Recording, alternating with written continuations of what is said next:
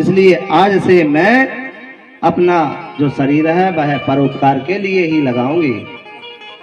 और महाराज इसी तरह हमारा जो भी शरीर है और हम जो धन कमाते हैं, उस धन यदि हम मेहनत करके धन कमाते हैं तो वह हमारे जीवन में हमारी उन्नति कराता है।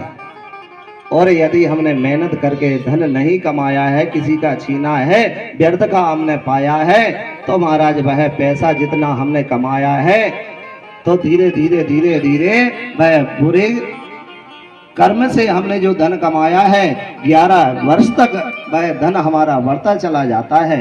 और जैसे ही 11 वर्ष पूर्ण हो जाते हैं तो वह धन स्वतः ही नष्ट हो जाता है।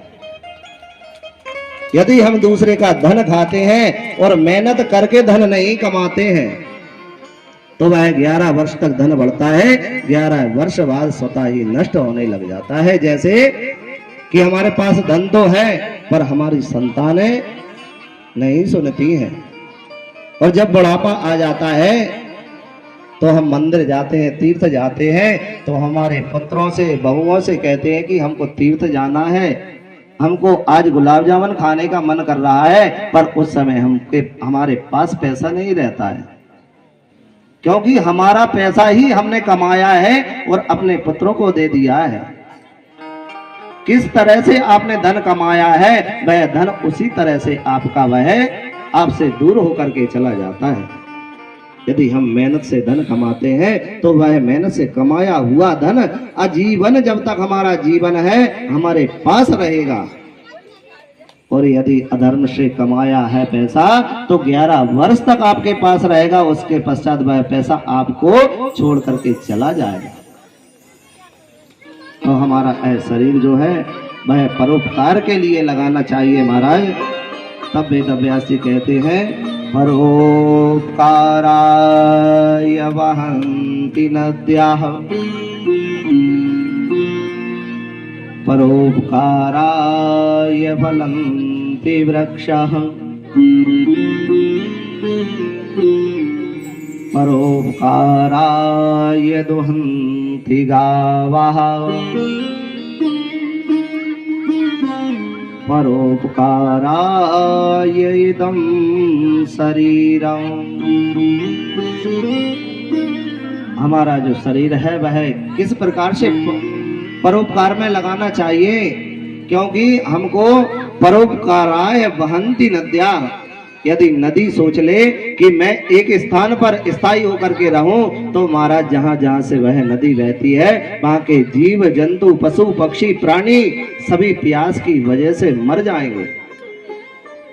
पर वह नदी परोपकार करती है और अपना कार्य निरंतर रूप से करती है।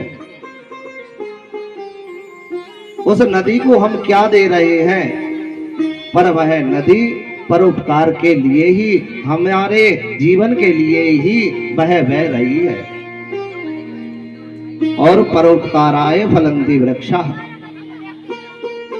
वृक्ष को हम कुछ नहीं देते हैं, ना ही पानी देते हैं, ना खाद बीज डालते हैं, पर वह हमको फल देता है। और हम क्या करते हैं, उस पेड़ को काट लेते हैं, लकड़ी बना करके जला लेते हैं, पर वह पेड़ हमको ऑक्सीजन देता है कि संसार की सृष्टि बनी रहे, इनको ऑक्सीजन मिलता रहे, श्वास लेने में इनको परेशानी ना हो। और वह पेड़ों को भी हम नष्ट कर देते हैं, पर वह पेड़ हमसे कुछ भी नहीं लेते हैं और हमको फल देते हैं, वह परोपकार करते हैं।